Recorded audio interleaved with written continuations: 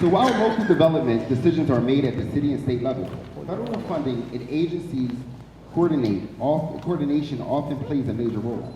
How will you use your position in Congress to help us move forward stealth redevelopment projects in neighborhoods like Germantown?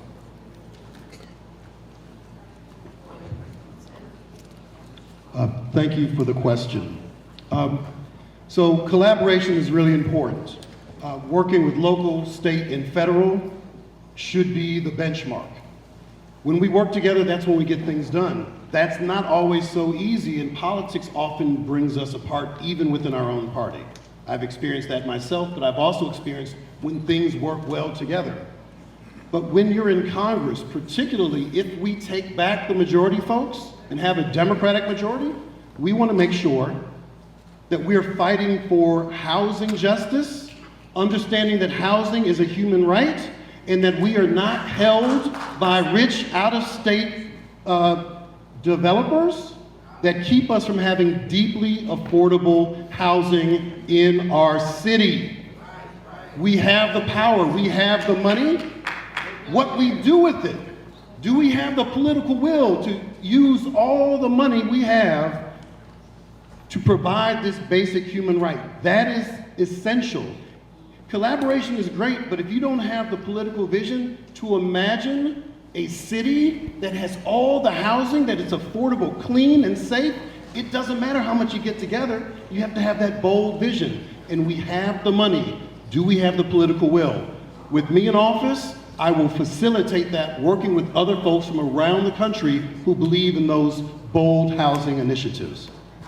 Displacement in neighborhoods like Germantown is a huge concern. Neighborhoods across the city have and are experiencing economic growth. What federal housing tax or community development tools would you prioritize to support investment in neighborhoods like Germantown while protecting long-term residents that are experiencing displacement? We'll start. So I'm just going to mention the elephant in the room. When we talk about displacement and predatory development, I think of Saving Chinatown. Let's just name it. 3 billionaires influenced a lot of politicians to displace 20,000 of our fellow Philadelphians for their own greedy purposes. That's displacement. And we know who's on what side of that issue. So we can talk about displacement and gentrification and low-income tax credits. And look, the reality is none of us who are in Congress are going to be doing anything singularly. We're going to be doing this collectively as a Democratic caucus, hopefully in the majority. The question is, are we going to be part of those folks who have the political will and vision and care to do what's right, standing up to the billionaires who support Democrats? And follow the money. I don't take corporate PAC money, and I never have. Follow the money. It matters. I'm personally interested in because when we were going through the shutdown last year, I talked about how about 40% of the folks in my district depend on SNAP, and over 50% of the people in my district depend on some kind of subsidized health care.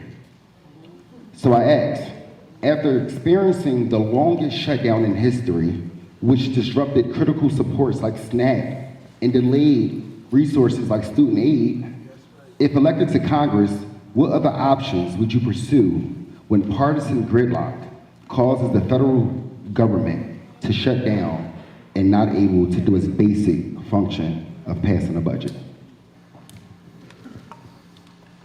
This is not a safe blue seat. It's only safe if you're the Democratic incumbent. It is not safe for the people because you have a choice of someone who believes in Medicare for all or someone who bends to the knee of Big Pharma. That's what's broken this system is corporate greed and industry influence. The reason we have SNAP is because there's too many poor people who can't afford to eat. So we have to address the fundamental issue of poverty. We have stagnated wages for decades. I have a bill called the Living Wage for All bill that increases the minimum wage to a living wage and expands it to gig workers, if you're a DoorDash worker, to an incarcerated worker who starts their wage in the state prison at 19 cents an hour. In this state, not Mississippi, in this state. So I believe in Medicare for all. I believe in a living wage for all. My next question would be, what would be your core priorities of your legislative agenda in your first term? And how would you staff your congressional office to ensure the diverse needs of communities across the district, including neighborhoods like Germantown, are actually addressed? Let's be honest, folks. We don't know what we will be inheriting in January 2027. All of our democratic institutions have been crumbling before us. Everything that we held sacrosanct or thought was permanent, advances that we've made, have been falling, have been disintegrating right before our eyes. So, irrespective of whether or not I'll be joining a new majority, we'll be fighting the good fight in the belly of the beast, in the minority. We got to continue the call for a transformative future where we can't just go back to normal. Normal was crap. Richest country in the world, and people can't feed themselves and their babies. That's acceptable?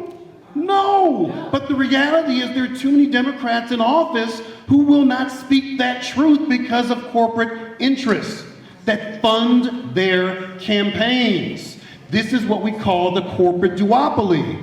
There's some billionaires who play better with Democrats and some who play better with Republicans, but guess what, folks? I don't even believe billionaires should exist. They don't. They should not exist, and so unless and until we talk about these structural issues in whatever positions we're in. Councilwoman Donna Reed Miller, who publicly spoke out about her health challenges and the high cost of diabetes medication, and also my predecessor, former state representative David P. Richardson, who died of a heart attack, who also chaired the Pennsylvania Health and Human Services Committee, highlighted the real human stakes of healthcare policies. How would you ensure that federal health policy is guided by the lived realities of people, patients, and community rather than the healthcare industry influence? We'll start with you, Representative Rabb.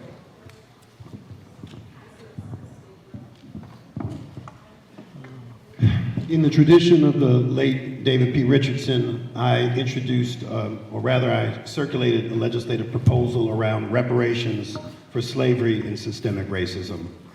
And part of the things that we have to talk about is that systemic racism impacts our health.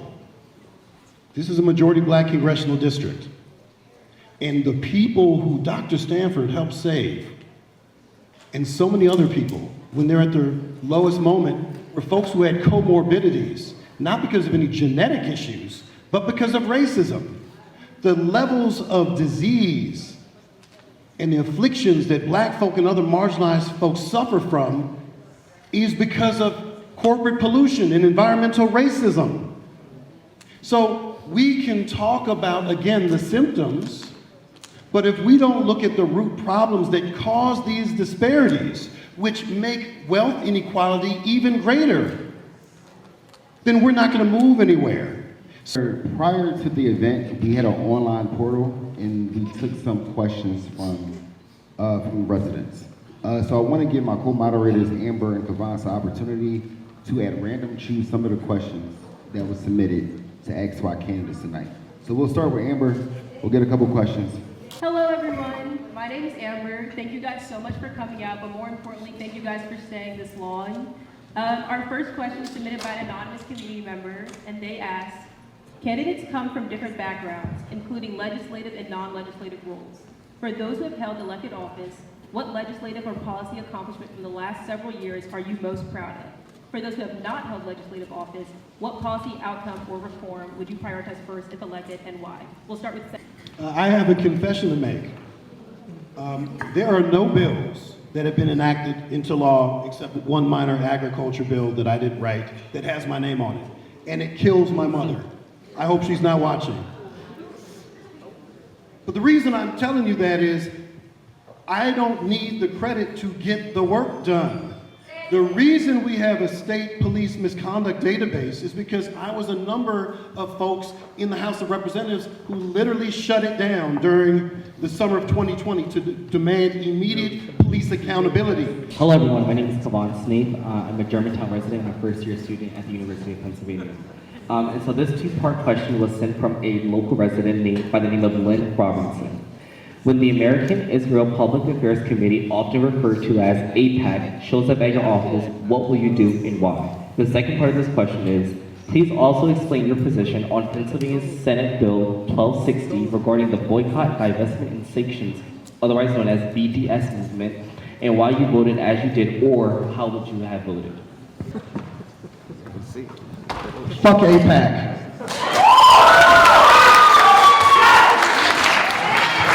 They're a racist organization, I will not meet with them. And their job is to terrorize folks who are on the right side of history.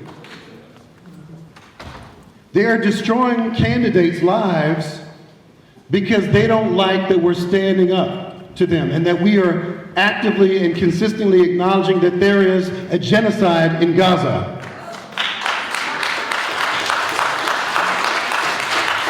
And they're no friend to Jewish people. They are no friend to Jewish people. They are trying to create a framework that suggests that those of us who oppose apartheid are anti-Semitic. But let me tell you, I've been representing Jewish folk for almost a decade who have stood shoulder to shoulder with me, rabbis who say, this is not Judaism. This is not what defines us. We want peace, we want self-determination for everyone, Israelis and Palestinians alike. And on 1260, I'm a no. Listen, I oppose the statute that currently exists.